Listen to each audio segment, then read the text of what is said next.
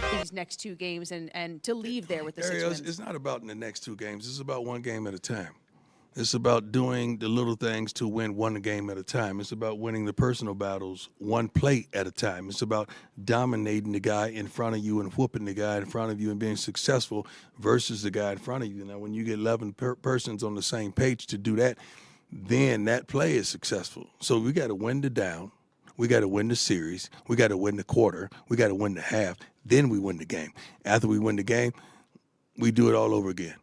So we're not thinking about bowls or we think about just doing what we need to do to improve.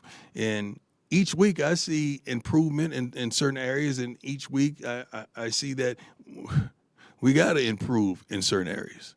But we sit up here week in and week out, and it's a situation where we could have won. We could have won the darn game. And I like that. We should have won. I'm tired of we could have won. I'm tired of that part. But we should have won. Is that frustrating? Very. It ain't no lose in me. It don't sit well with me. It don't rock well with me. It don't lay down with me. I have no lose in me. And we have some phenomenal men in that locker room that feel the same way. We just got to be a lot more disciplined and understand what's at hand and stand up to the task on every darn play. And we're going to get there. I promise you we're going to get there. I don't know when we're going to get there, but, baby, we're going to get there. Hi, Coach. Troy Finnegan, CU Sports Report. There How are you a doing, pair sir? of 4th and 1s in the second half, one in the third quarter and one after the third one that Brian asked about. You opted to punt on both of those. From your perspective, with the way the game was going, what was the rationale behind playing it safe there? What if you don't get those? What happens? The other team gets momentum. They go down to score. Now you saying, "Oh my God, he should have." You guys, you're gonna second guess every darn thing. I got it.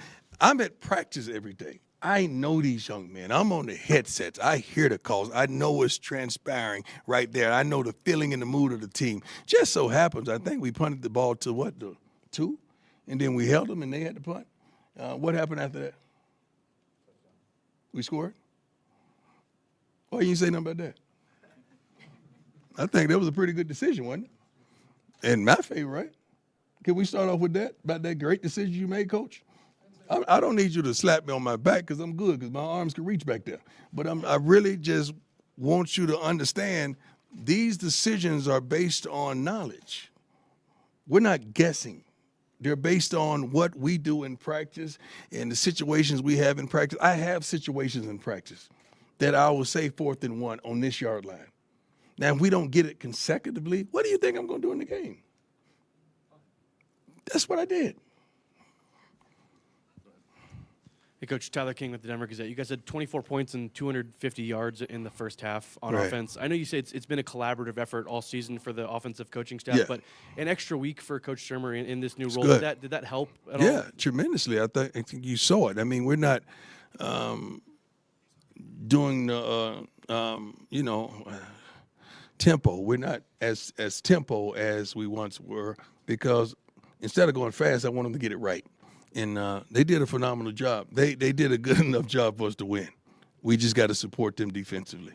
That's it. I think he called a phenomenal game. He really did. Now, they called a phenomenal game because it's a collaborative effort when you hear it on the set. They're really working together as one and they're unified. So it was a great effort. We're not at, rather, if you know it or not, we're not at odds around here. I don't play that.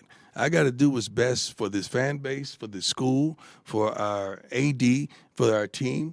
The decisions I make, I feel like it's best for us going forward, and that's why I make them. It's okay for you to second guess. I don't mind that at all because I've been second guessed my whole life. I don't give a darn really. I'm not gonna lose a wink of sleep because you second guessing what I did and what I do. But I make decisions not based off emotions. I make decisions based off facts and based off feelings and based off knowledge and understanding and tremendous wisdom. That's why I make decisions. Thank you, my man. Coach, I did want to ask about those 3 times that Vassett pins them inside the 10. Each time the defense gets a stop, and then 2 touchdowns, and then Mata misses the field goal in scoring range. we've been waiting all season to see complementary football. So how pleased are you when you talk about the progress? Yeah. How pleased to see that finally come about? And Yeah.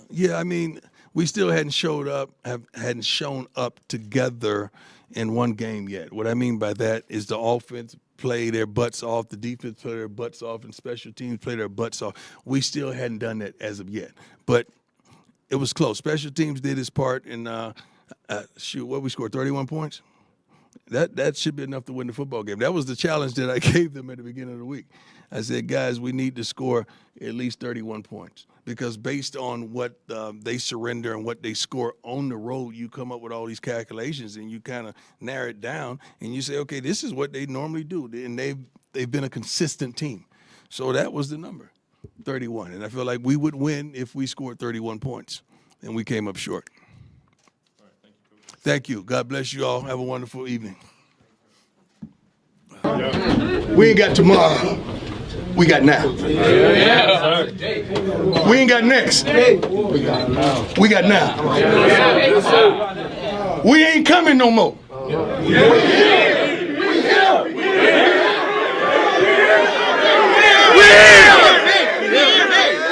Since y'all know we here, give me my theme music.